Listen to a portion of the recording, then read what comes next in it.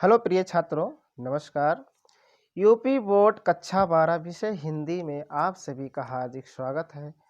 आज हम मैथिली शरण गुप्त जी द्वारा रचित कैकेयी का अनुताप के जो पद हैं, उन पदों को आज हम सरल एवं सरस भाषा में व्याख्या करने वाले हैं। तो आप लोग वीडियो में बने रहिए और जो हमारे नए छात्र हैं, हमारे चैनल को सब्सक्राइब अवश्य कर लें।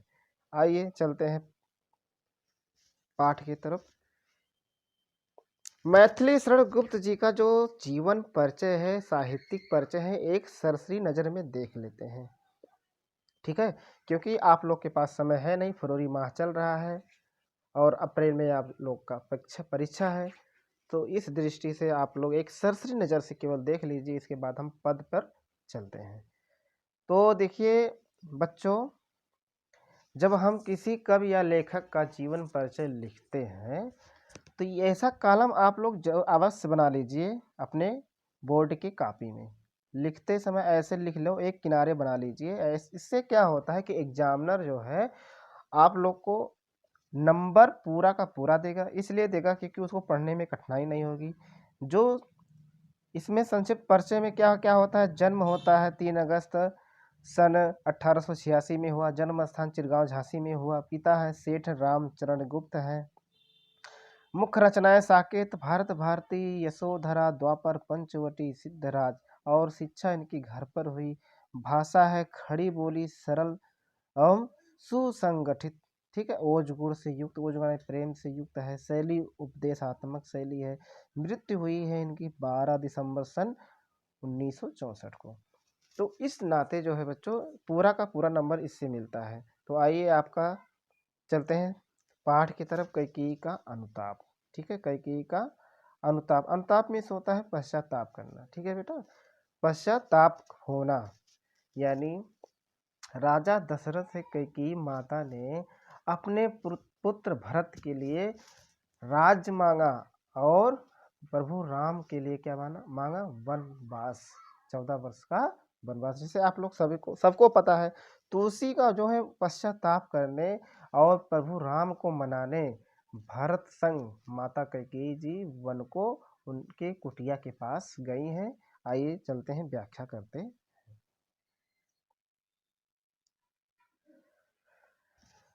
तदंतर बैठी सभा उटज के आगे, नीले बितान के तले दीप बहु जागे, टकटकी लगाए नैन सुरों के थेवे, परिणामो सुख उन भयातुरों के थेवे, उत्फुल्ल करौदी कुंज वायु रह रह कर, करती थी सबको पुलक पूर्ण मह मह कर, वह चंद्रलोक था कहाँ चांदनी वैसी, प्रभु बोले गिरा गंभीर नीर निधि जैसी।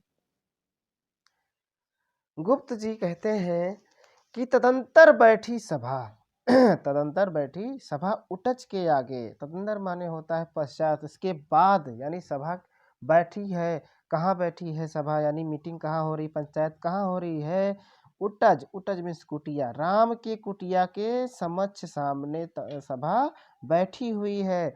नीले बितान के तले दीप बहु जागे, और नीले आसमान के नीचे सभा बैठी हुई है और दीप बहु जागे अर्थात चांदनी रात है और तारे टिमटिमा रहे हैं। दीप बहु जागे का अर्थ आशय है कि तारे टिमटिमा रहे हैं। टकटकी लगाए नैन सुरों के थेवे, अर्थात सुर माने होता देवतागण। सुर कौन, देवता। देवतागण अपने नजर को टकटकी लगाए हुए सभा की तरफ देख रहे हैं। अपने नजर से टकटकी लगाए हुए सभा की तरफ देख रहे हैं वे, और परिणामोत्सुक उन भयातुरों के थे वे, और परिणाम के लिए उत्सुक थे। क्या परिणाम आने वाला है इसके लिए उत्सुक थे। कौन, देवतागण। और उन भयातुरों के थे वे, और भय में आतुर अर्थात देवतागण भयभीत भी थे। इस परिणाम से भयभीत भी थे। क्यों थे इसमें, क्योंकि प्रभु रामचंद्र जी को वनवास हुआ था, तो राक्षस वंश का समाप्ति करने के लिए खात्मा करने के लिए उनको वनवास हुआ था। जो रावण, जैसे रावण अगर प्रभु रामचंद्र जी अयोध्या लौट जाएंगे तो देवतागण यही सोच रहे हैं कि रावण का वध कौन करेगा, और रहेंगे तो रावण का वध होगा तो हमारा सिंहासन बच जाएगा। हाँ, देवतागण ऐसा सोच रहे हैं, ऐसे डर रहे हैं, तो परिणाम के लिए उत्सुक हैं और भय में आतुर भी हैं देवतागण।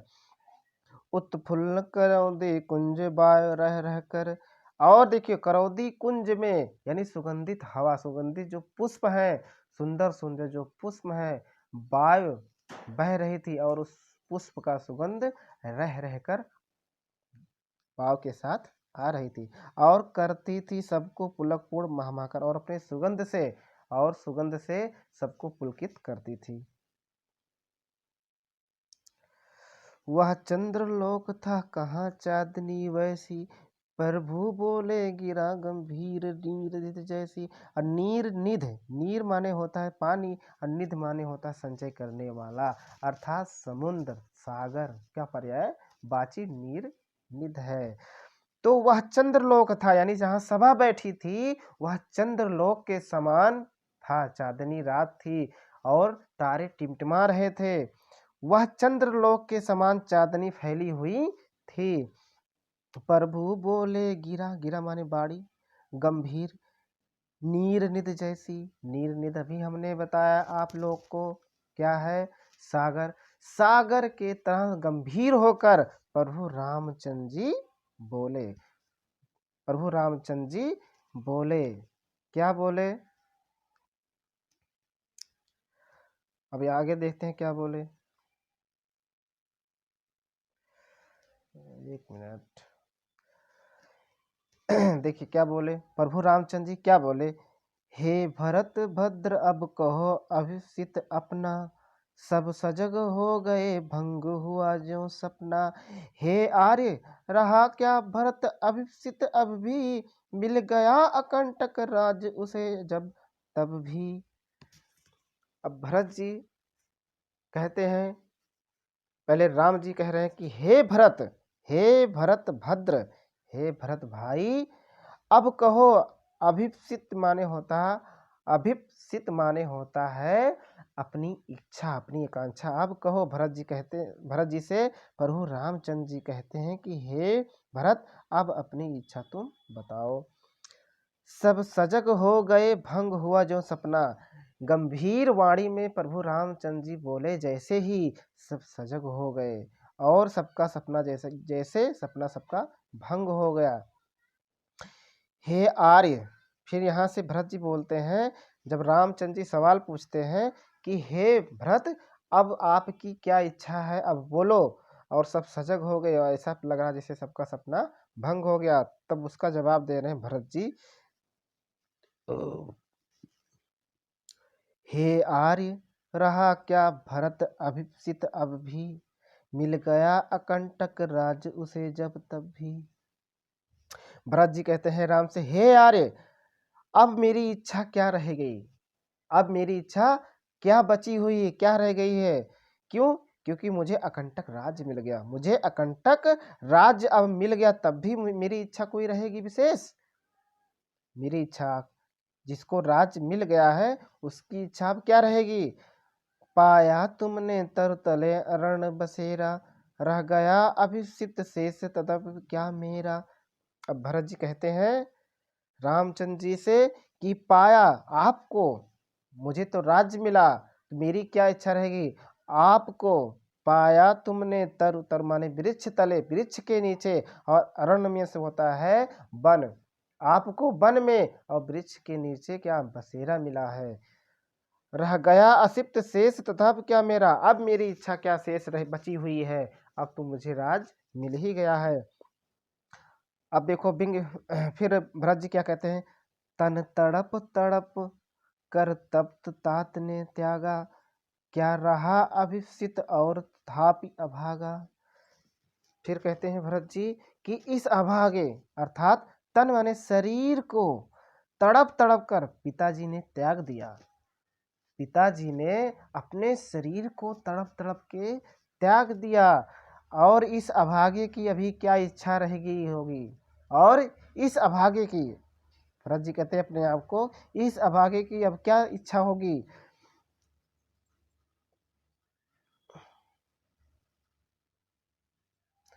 इस अभागे की अब क्या इच्छा होगी।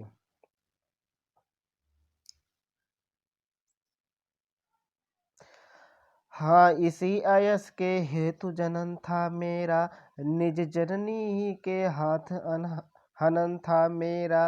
अब कौन अभिषित और आर्य, वह किसका, संसार नष्ट है भ्रष्ट हुआ घर जिसका। मुझसे मैंने ही आज स्वयं मुँह फेरा, हे आर्य बता दो तुम ही असिप्ति है मेरा। प्रभु ने भाई को पकड़ हृदय पर खींचा, रोदन जल से सा विनोद ने फिर सींचा।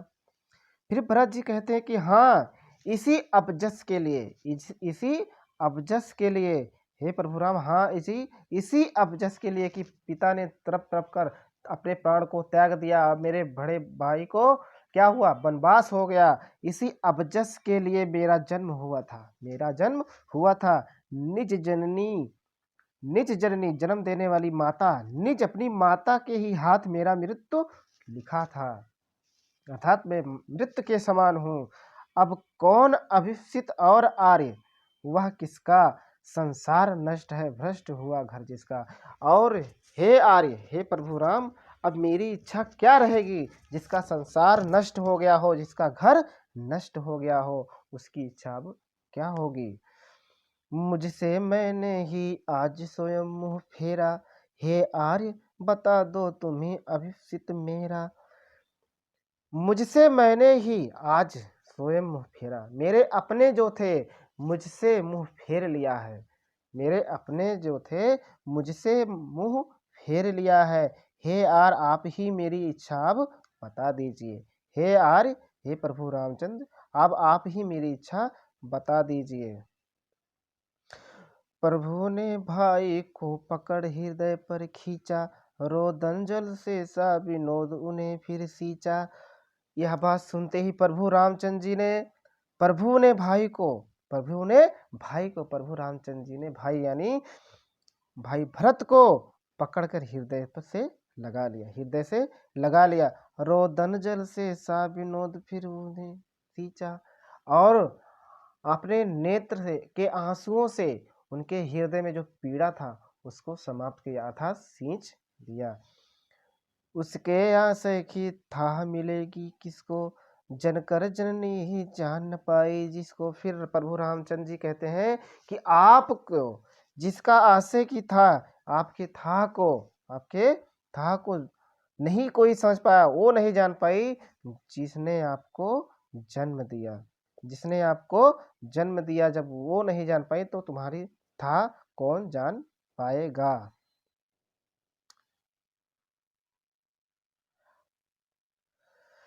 यह सच है तो अब लौट चलो तुम घर को, चौके सब सुनकर अटल के सर को। सबने रानी की ओर अचानक देखा, वैदव्य तुषारा वृता यथा विदुलेखा। बैठी थी अचल तथापि असंख्य तरंगा, वह सिंही अब थी हा गौमुखी गंगा। हाँ जनकर भी मैंने न भरत को जाना, सब सुन ले तुमने स्वयं अभी यह माना। यह सच है तो फिर लौट चलो घर भैया। फिर माता कैकेयी जी प्रभु रामचंद्र जी से कहते हैं, क्या कहते हैं कि यह सच है तो अब लौट चलो तुम घर को। माता कैकेयी जी कहती हैं प्रभु रामचंद्र जी से कि हे बेटा, हे पुत्र, अगर यह बात सत्य है कि मैंने जन्म देकर भरत को नहीं जाना, मैंने जन्म देकर भरत को नहीं जाना, यह बात अगर सच है तो तुम घर को लौट चलो। चौके सब सुनकर अटल के ईश्वर को, यह बात सुनकर सभी चौंक गए। सभा में बैठे सभी लोग, अटल माने जो टलने वाली बात नहीं थी, वह स्वर सुनकर, कैकेयी के स्वर को सुनकर सब चौंक गए। सबने रानी की ओर अचानक और आश्चर्य से सबने रानी की तरफ देखने लगे। वैधव्य तुषारा वृत्त यथा विदुल्लेखा। वैधव्य मीन्स होता है विधवा, विधवा रूपी, ठीक है। तो कैकेयी जी विधवा थी ना। और तुषारा वृत्त मीन्स होता है बर्फ से ढकी हुई कोई चीज ऐसा।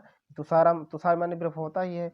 तो वैधव्य तुषारा वृत्त यथा ऐसा लग रही थी कि विदुल्लेखा, विद माने चंद्रमा, लेखा माने प्रकाश, यानी कैकेयी के ऊपर चंद्रमा का प्रकाश इस तरह से लग रहा था सफेद साड़ी में।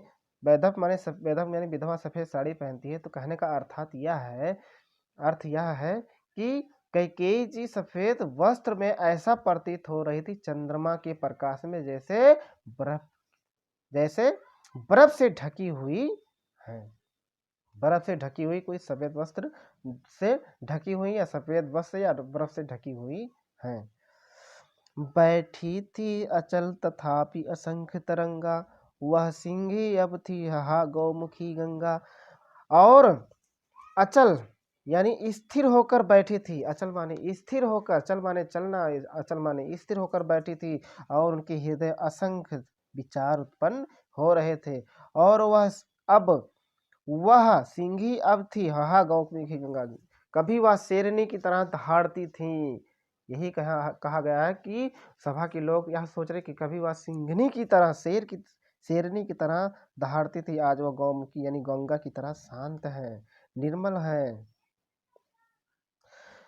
हाँ जानकर भी मैंने न भरत को जाना, सब सुन ले तुमने स्वयं अभी यह माना।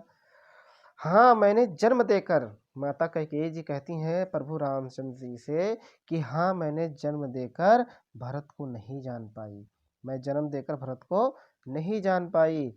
यह सब सुन ले तुमने स्वयं अभी यह माना, मैंने जन्म देकर भरत को नहीं जाना, यह सब लोग सुने हैं और आपने अभी यह माना है। यह सच है तो फिर लौट चलो घर भैया, अगर यह बात सत्य है तो अब देरी ना करो प्रभु रामचंद्र पुत्र, अब घर को चलो। अपराधिन हूँ मैं तात तुम्हारी मैया, दुर्बलता का ही चिन्ह विशेष शपथ है, पर अबला जन के लिए कौन सा पथ है। अगर यह बात सत्य है तो तुम घर लौट चलो। अपराधिन हूँ मैं तात तुम्हारी मैया, हे पुत्र आपकी जो माता है अपराधिन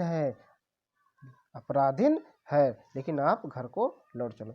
दुर्बलता का है चिन्ह विशेष शपथ है, पर अबला जन के लिए कौन सा पथ है।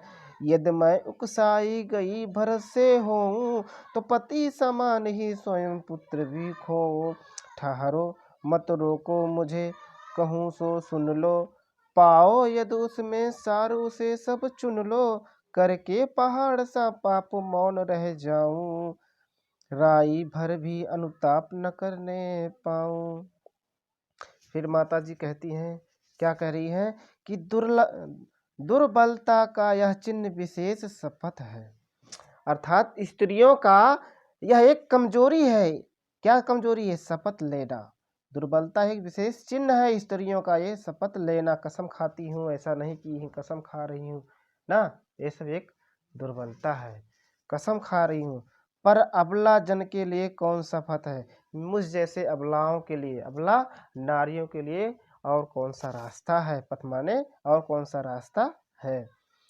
यद मैं उकसाई गई भरत से हूँ। फिर माता कैकेयी कहती हैं, अगर मुझे भरत ने उकसाया हो, अगर भरत ने मुझे उकसाया हो, तो पति के समान स्वयं पुत्र भी मैं खोऊं। तो मैं जैसे पति को खो दी हूँ, वैसे मैं अपने पुत्र को भी खो दूं, वैसे मैं अपने पति को भी खो दूं। ठहरो मत रोको मुझे, कहूँ सो सुन लो, पाओ यदि उसमें सार उसे सब चुन लो। ठहरो, रोको मत मुझे, आज जो मैं बोल रही हूँ, ठहरो, रोको मत मुझे, आज जो मैं कह रही हूँ आप लोग उसे सुन लीजिए, और पाओ यदि उसमें कोई सारांश पाओ तो उसको आप चुन लो, अर्थात वो शब्द रख लीजिए। करके पहाड़ सा पाप मौन रह जाऊं, राई भर भी अनुताप न करने पाऊं। फिर कैकेयी जी कहती हैं कि मैंने पहाड़ जैसा पाप करके और मैं चुप रहूं, और राई यानी राई माने जान रहे हो ना, राई भर सरसों के बीज भी जैसा मैं थोड़ा सा भी अनुताप यानी पश्चाताप न कर पाऊं।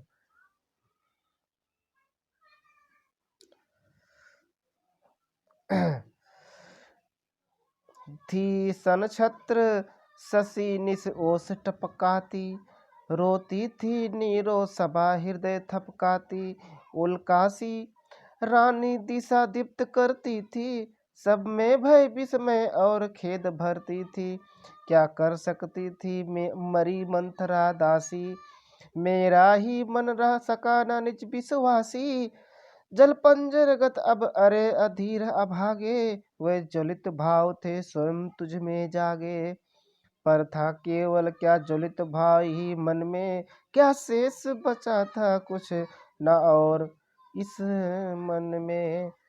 फिर माता कैकेयी कहती हैं, क्या कहती हैं, थी सन छत्र शशि सस निशा ओस टपकाती। सन छत्र माने हो नक्षत्रों से युक्त, ठीक है। थी नक्षत्रों से युक्त थी, शशि माने होता चंद्रमा, निशा माने रात, ओस टपकाती अर्थात चांदनी रात, चांदनी रात में नक्षत्रों से युक्त ओस टपक रही थी, रोती थी नीरो सभा हृदय तप थपकाती, और सब हृदय में, और सब हृदय से रो रहे थे, और सब हृदय से रो रहे थे।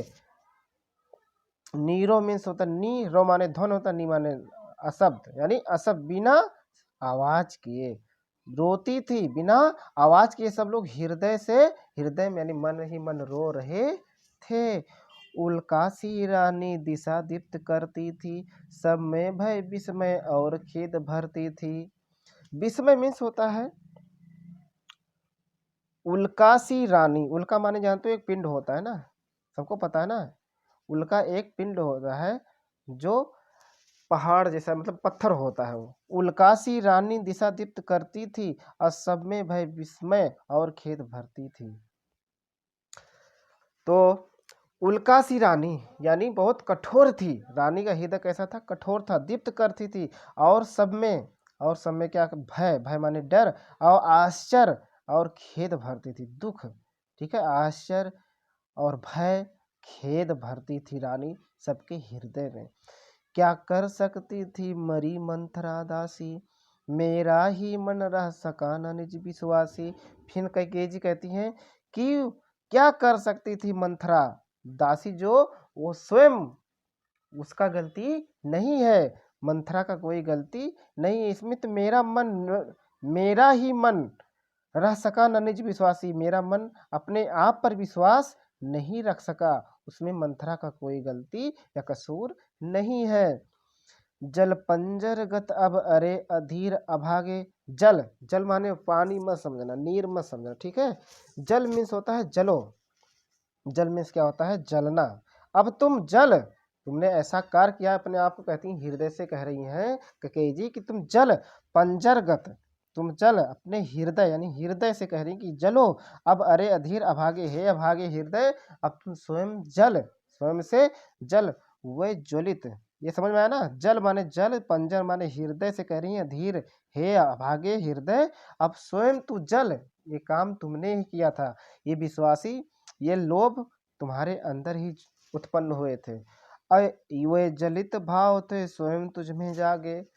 फिर यह ज्वलित भाव जो था ये स्वयं तुम्हारे मन में उत्पन्न हुआ था, हे मन, हे हृदय तुम जल, पर था केवल क्या ज्वलित भाव ही मन में, क्या शेष बचा था कुछ न और इस मन में। फिर अपने आप से सवाल कर रही हैं कैकेयी जी कि पर था केवल क्या ज्वलित भाव, मेरे अंदर केवल ज्वलित भाव था और प्रेम नहीं था, क्या शेष बचा था कुछ और इस मन में, और इस मन में कुछ शेष नहीं बचा था, केवल एक दूसरे के प्रति जलन बसा हुआ था। कुछ मूल्य नहीं वात्सल्य मात्र क्या तेरा, पर आज अन्न सा हुआ वश भी मेरा, थूके मुझ पर त्रिलोक भले ही थूके, जो कोई जो कह सके कहे क्यों चूके। छीने ना मात्र पद किंतु भरत का मुझसे, रे राम दुहाई करूं और क्या तुझसे। कहते आते थे यही अभी नर देही, माता न कुमाता पुत्र कुपुत्र भले ही। अब कहे सभी अब कहे सभी यह हाय विरुद्ध विधाता, है पुत्र पुत्र ही रहे कुमाता माता। कितनी अच्छी बात है। फिर कैकेयी जी अपने शब्दों में क्या करिए, कुछ मूल्य नहीं वात्सल मात्र क्या तेरा। अपने अपने आप से सवाल कर रही हैं कि वात्सल माने होता है प्रेम, माता का प्रेम। वात्सल जहाँ होता है प्रेम होता है, लेकिन माता का पुत्र के प्रति प्रेम होता है। तो कहती हैं अपने आप से, कुछ मूल्य नहीं वात्सल मात्र क्या तेरा। क्या तेरे मन में पुत्र के प्रति तनिक भी प्यार प्रेम स्नेह नहीं था। पर आज अन्य सा हुआ वश भी तेरा। देख, अपने हृदय से कहती हैं, देख अपना पुत्र जो था, आप अपना जो पुत्र हो, वश माने पुत्र होता है, वश मीन्स क्या होता है, पुत्र। अन्य सा हुआ है, दूसरा दूसरा हो गया है। पुत्र क्या है, अपना। अब पुत्र भी नहीं रहा। थूके थूके मुझ पर त्रिलोक भले ही थूके, मुझ पर थूके त्रिलोक, तीनों लोग भले ही मुझ पर थूके। जो कोई कह सके कहे क्यों चूके, अर्थात जो कुछ कहे, कोई कुछ कहे, कोई दिक्कत नहीं।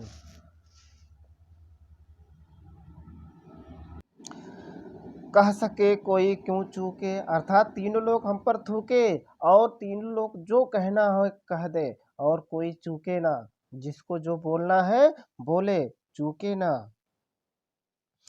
छीने ना मातृपद किंतु भरत का मुझसे, रे राम दुहाई करूं और क्या तुझसे। फिर कैकेयी जी कहती हैं, माता कैकेयी, कि मुझसे कोई माता माता का पद भरत से ना छीने। मुझसे कोई माँ का जो अधिकार है भरत से कोई ना छीने। रे राम दुहाई करूं और क्या तुझसे, हे राम, हे पुत्र, और तुझसे क्या दुहाई करूं। कहते आते थे यही अभी नर देही, माता न कुमाता पुत्र कुपुत्र भले ही। नर देही यानी संसार के लोग, यही कहावत है। कैकेयी जी कहती हैं कि अभी अभी नरदेही, कहने का तात्पर्य है कि अभी, यानी इस संसार में लोग कहते यह चले आ रहे हैं कि माता तो माता, माता न कुमाता, माता कभी कुमाता नहीं हो सकती है। पुत्र भले ही कुपुत्र हो जाए। कुपुत्र माने होता है दुष्ट, सुपुत्र माने होता है अच्छा लड़का, और कुपुत्र माने होता है दुष्ट लड़का। तो पुत्र भले ही कुपुत्र हो जाए, लेकिन माता कभी कुमाता नहीं होती हैं। यही नरदेही कहते चले आ रहे हैं। अब कहें सभी या हाय विरुद्ध विधाता, हे पुत्र, है पुत्र पुत्र ही रहे कुमाता माता। अब यह विधाता का लेखा देखिए, अब इसका उल्टा हो गया। अब लोग सब यह कहेंगे, क्या कहेंगे कि पुत्र तो पुत्र रहा, पुत्र तो सुपुत्र रहा, लेकिन माता ही कुमाता हो गई, माता ही कुमाता हो गई। बस मैंने इसका वाह मात्र ही देखा, दृढ़ हृदय न देखा, मृदुल गात ही देखा, परमार्थ न देखा, पूर्ण स्वार्थ ही साधा। इस कारण ही मैं तो हाय आज यह बाधा। युग युग तक चलती रहे कठोर कहानी, रघुकुल में थी एक अभागिन रानी। निज जन्म जन्म में सुने जियो यह मेरा, धिक्कार उसे था महास्वार्थ ने घेरा। 100 बार धन्य वह लाल की माई, जिस जननी ने है जना भरत सा भाई। फिर कहती हैं कि बस मैंने इसका बाह्य मात्र ही देखा, अर्थात मैंने केवल अपना स्वार्थ देखा, अपना सुख देखा, और मैंने कुछ नहीं देखा, प्रेम नहीं देखा। दृढ़ हृदय ना देखा, यानी हृदय का प्रेम न देखा। और मृदुल गात नहीं देखा, न तो उसका मृदुल यानी मिठास देखा, न तो हृदय देखा। मैंने केवल अपना स्वार्थ देखा। मैंने बाहर का दुनिया देखी, अपने अंदर की दुनिया को नहीं देखा। परमार्थ न देखा पूर्ण स्वार्थ ही देखा। फिर कैकेयी जी कहती मैंने परमार्थ नहीं देखा, परमार्थ नहीं देखा, दूसरे का अर्थ नहीं देखा, मैंने अपना ही स्वार्थ देखा, मैंने ही अपना स्वार्थ देखा। इस कारण ही तो है आज यह बाधा, और इसी कारण से अपने स्वार्थ अपने हृदय को कोस रही हैं कि इसी कारण से यह बाधा उत्पन्न हुई है। मैंने अपना ही स्वार्थ देखा था, इसी कारण से हाय आज यह बाधा हुई है। मेरा पुत्र मुझसे दूर हो गया है, मेरा पुत्र मुझसे दूर हो गया, और समाज हमको भला बुरा कह रहा है। युग युग तक चलती रहे कठोर कहानी। फिर कहती हैं कैकेयी जी कि युगों युगों तक, समय समय तक यह कहानी अब चलती रहेगी, यह कहानी, यह कठोर कहानी चलती रहेगी। क्या कि माता तो कुमाता हो गई, पुत्र तो सुपुत्र ही था। तो यही कहती हैं कैकेयी जी कि युग युग समय समय तक यह कठोर कहानी चलती रहेगी कि रघुकुल में थी एक अभागिन रानी, और रघुकुल में एक अभागिन रानी कैकेयी थी। निज जन्म जन्म में सुने जीव यह मेरा, धिक्कार उसे था महास्वार्थ ने घेरा। और जीव यानी जन्म जन्मांतर तक यह कहानी चलता रहेगा, और सब धिक्कारेंगे, हमको धिक्कारेंगे और कहेंगे कि वह स्वार्थी था, और उसको स्वार्थ ने घेर लिया था, स्वार्थ ने घेर लिया। 100 बार धन्य वह एक लाल की माई, निज जननी ने है जना भरत सा भाई।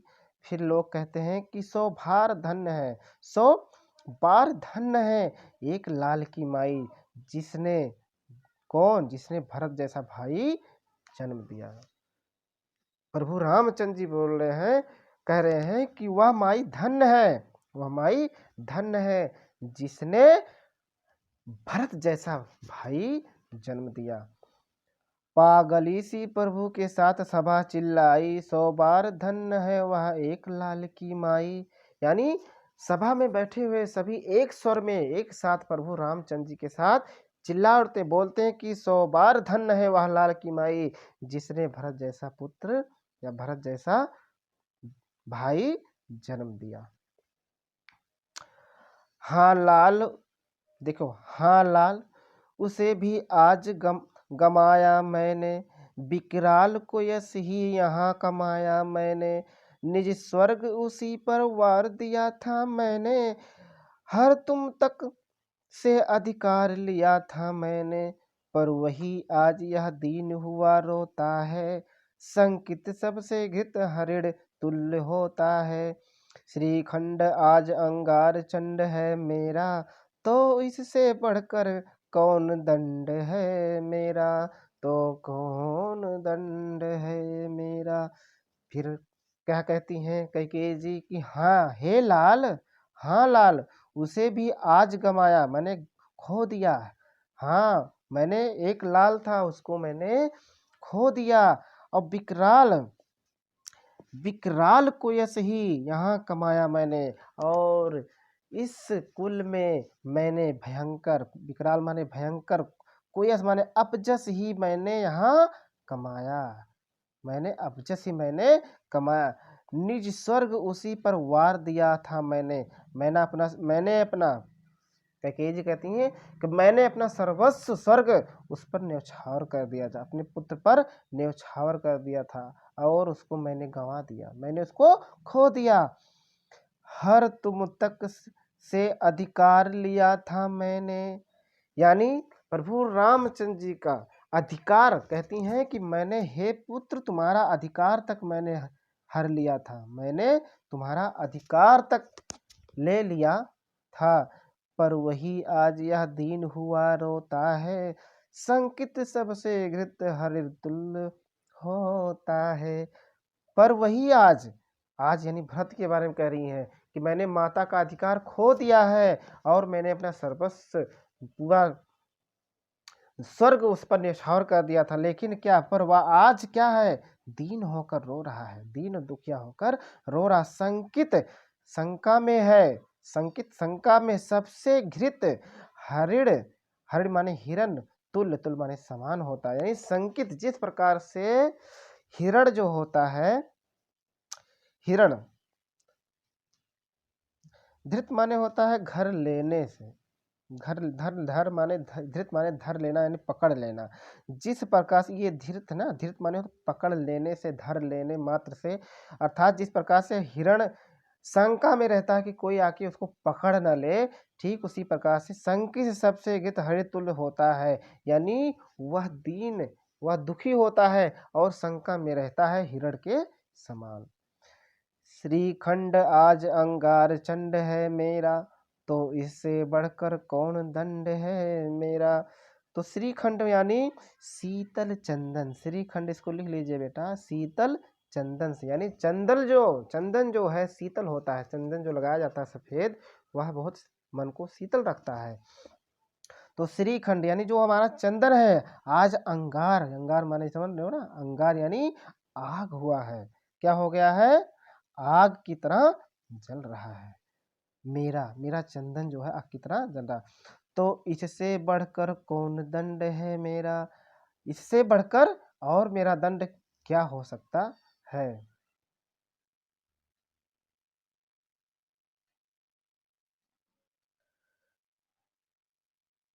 ठीक, यहाँ से आओ।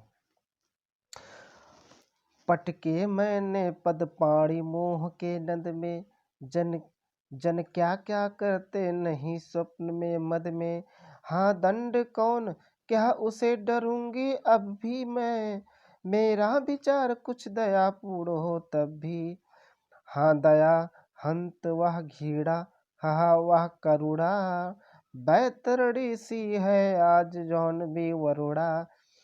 सह सकती हूँ चिर नरक सुने सुविचारी, पर मुझे स्वर्ग की दया दंड से भारी। लेकर अपना यह कुलिस कठोर कलेजा, मैंने इसके लिए तुम्हें वन भेजा, इसके लिए तुम्हें वन भेजा। पटके मैंने, फिर कह जी कहती है कि पटके मैंने पद, पद माने पैर, पाण माने, पद मीन्स पैर, पाण माने हाथ, ठीक है। मैंने पटके हैं अपने हाथ और पैर मोह रूपी नदी में, मोह रूपी नदी में मैंने अपने हाथ पैर को पटक दिया है। जन क्या क्या करते नहीं स्वप्न में मद में, और लोग स्वप्न में ना जाने क्या क्या कर लेते हैं, ठीक है, क्या क्या कर लेते हैं। और मद में सोता है अहंकार में, अहंकार में लोग और स्वप्न में ना जाने क्या क्या कर जाते हैं। हाँ दंड कौन, क्या उसे डरूंगी अब भी। फिर कैकेयी जी कहती हैं कि मुझे जो भी दंड मिलेगा, अब उस दंड से मैं डरने वाली नहीं हूँ, क्योंकि मैं दंड की भागी हूँ, मुझे दंड अधिकार है, मुझे दंड मिलना चाहिए। मेरा विचार कुछ दयापूर्ण हो तब भी। फिर कहती हैं कैकेयी जी मुझ पर दया का विचार ना किया जाए, मैं दंड की भागी हूँ, मुझे दंड मिलना चाहिए, मैं दंड से नहीं डरूंगी, और मेरे ऊपर कोई विचार, दयापूर्ण विचार नहीं किया जाए। हाँ दया हंत वह घृणा, हाँ वह करुणा, यानी न दया किया जाए और घृणा किया जाए, और न मेरे ऊपर करुणा किया जाए, ठीक है। बैतरणी सी है आज जानवी वरुणा, बैतरणी माने होता है बैतरणी माने नरक होता है, नरक इसको कहा जाता है। बैतरणी सी, बैतरणी सी है यानी नरक सी है आज, जानवी माने गंगा और वरुणा, जाह्नवी मीन्स होता है गंगा, वरुणा आज कैसी है हमको, एक नरक सी है, ठीक है। सह सकती हूँ चिर नरक सुने सुविचारी, पर मुझे स्वर्ग की दया दंड से भारी। अर्थात फिर कैकेयी जी कहती हैं मुझे जो नरक में दंड मिलेगा, जो भी नरक मिलेगा, दंड मिलेगा, सह सकती हूँ, लेकिन मुझ पर स्वर्ग में कोई विचार ना किया जाए, दया पर विचार ना किया जाए, क्योंकि अगर दया मुझको मिलती है तो दंड से भारी वह होगी। लेकर अपना कुलिस कठोर कलेजा, मैंने इनके लिए तुम्हें वन भेजा। लेकर फिर कैकेयी जी कहते हैं कि मैंने अपने कुलिस कठोर यानी वज्र जैसा कठोर कलेजा लेकर, वज्र जैसा कठोर कलेजा लेकर आपको वन को भेजा था। घर चलो इसी के लिए न रूठो अब यूं, कुछ और कहूँ तो उसे सुनेंगे सब क्यों। मुझको यह प्यारा और इसे तुम प्यारे, मेरे दुगने प्रिय रहो ना मुझसे न्यारे। मैं इसे न जानूं किंतु जानते हो तुम, अपने से पहले इसे मानते हो तुम भ्राताओं का प्रेम परस्पर जैसा, यदि वह सब पर यूं प्रकट हुआ है वैसा, तो पाप दोष भी पुण्य दोष है मेरा, मैं रहूं पंकिला पद्म कोश है मेरा। घर चलो, फिर कैकेयी जी कहती हैं ऐसा बात है तो घर चलो इसके लिए न रूठो अब यूं, अब न रूठो और हे पुत्र अब घर चलो। कुछ और कहूँ इससे पहले कि अब लोग क्यों सुनेंगे, मेरी बात को लोग क्यों सुनेंगे। अब पुत्र हे पुत्र तुम घर चलो। मुझको यह प्यारा और इसे तुम प्यारे, मुझको भरत प्यारा है और भरत को आप प्यारे हो। मेरे दुगने प्रिय रहो, मेरे लिए तुम दोनों प्रिय हो और मुझसे न्यारे यानी मुझसे दूर ना रहो। मैं इसे ना जानूं किंतु जानते हो तुम। हे पुत्र मैं भरत को नहीं जान पाई लेकिन भरत को आप जानते हो, अपने से पहले इसे मानते हो तुम। हे पुत्र हमें पता है कि अपने से पहले अपनों से पहले तुम भरत को मानते हो।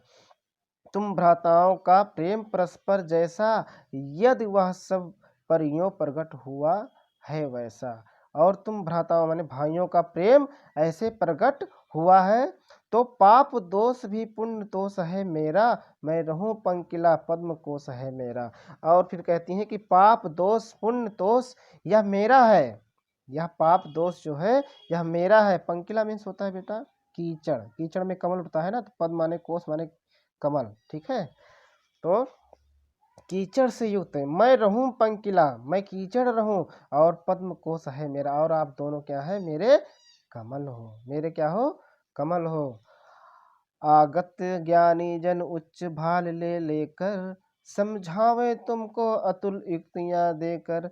मेरे तो एक अधीर हृदय है बेटा, उसने फिर तुमको आज भुजा भर भेटा, उसने तुमको फिर आज भुजा भर भेटा।